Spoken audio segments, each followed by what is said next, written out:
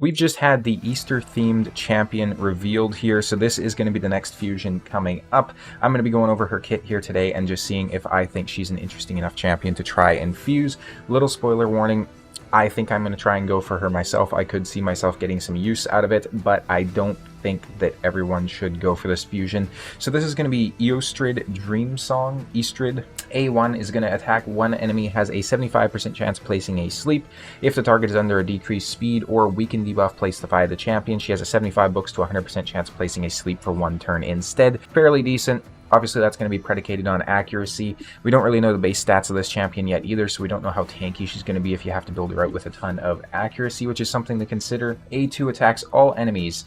This is on a 3-turn cooldown, has a 100% chance placing the big version of decreased speed, and a 25% weaken for 2 turns, also decreasing the turn meters of all enemies by 15%. And the A3 places the big version of increased speed, so the 30% increased speed, and a increased attack buff on all allies for 3 turns.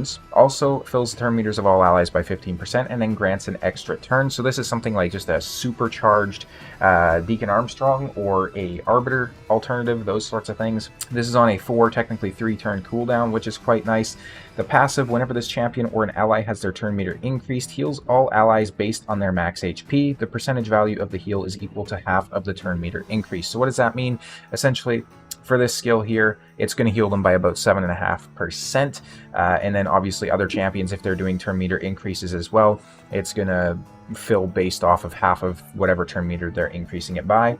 Aura is going to increase ally speed in arena battles by 28%. So what is this champion? What is she used for?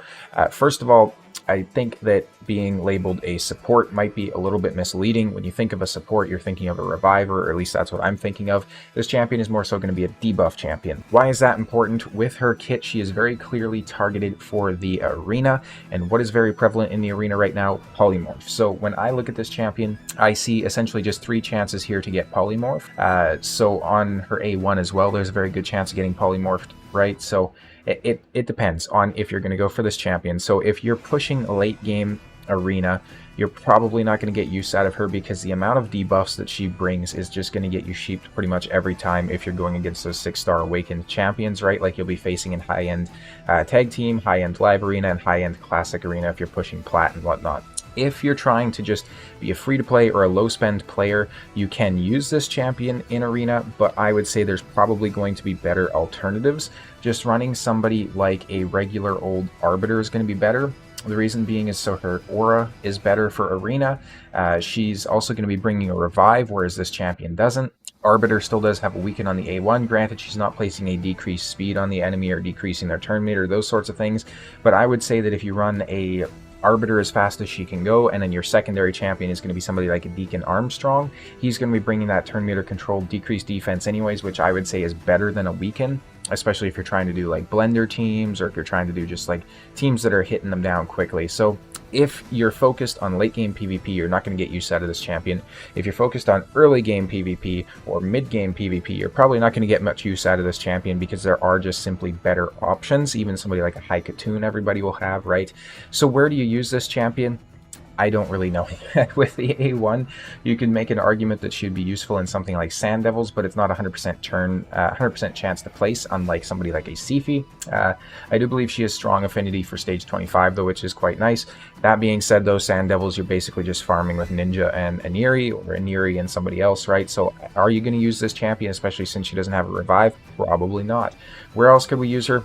City of Centranos, obviously, she might get some very good use cases there, especially if you manage to get like an awakening for her or something, which I'm sure they'll probably do an event for. I would imagine this fusion to be a little bit easier than the rest as well, considering the tier of champion that it is.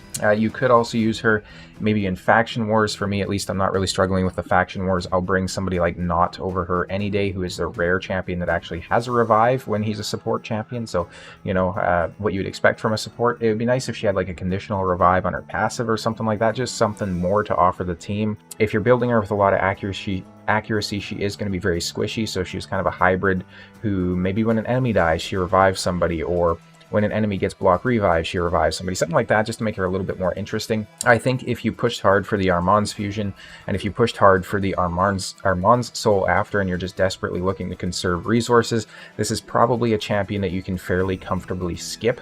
I don't think there's going to be really any areas of the game that she's going to open up and be a hard carry for you. If we think about Doom Tower levels, she's not really going to be bringing anything that somebody else wouldn't be. So overall, just kind of a meh champion in my opinion. Like I say, I'm probably going to end up going for her, but I'm not going to push very hardcore or completely deplete my resources to do it, all that sort of good stuff. Let me know what you guys think.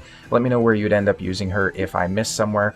For Arena, at least, I do think somebody like a Yoshi is going to be better. Yoshi the Drunkard, he was a fusion as well, who's bringing increased attack and increased accuracy as well as a true fear, so a little bit more control there. And then, you know, I don't see a use case for this champion. I don't see a use case for this champion until they do something to nerf Polymorph, or if they make Polymorph able to be resisted, or is something like that, just to make it more interesting. Because again, this champion is just going to be a sheep half the battle, and it's not going to do anybody any good. Thank you guys all so much for the support I've been getting on the channel recently. I very much appreciate it. I'll see you in the next video.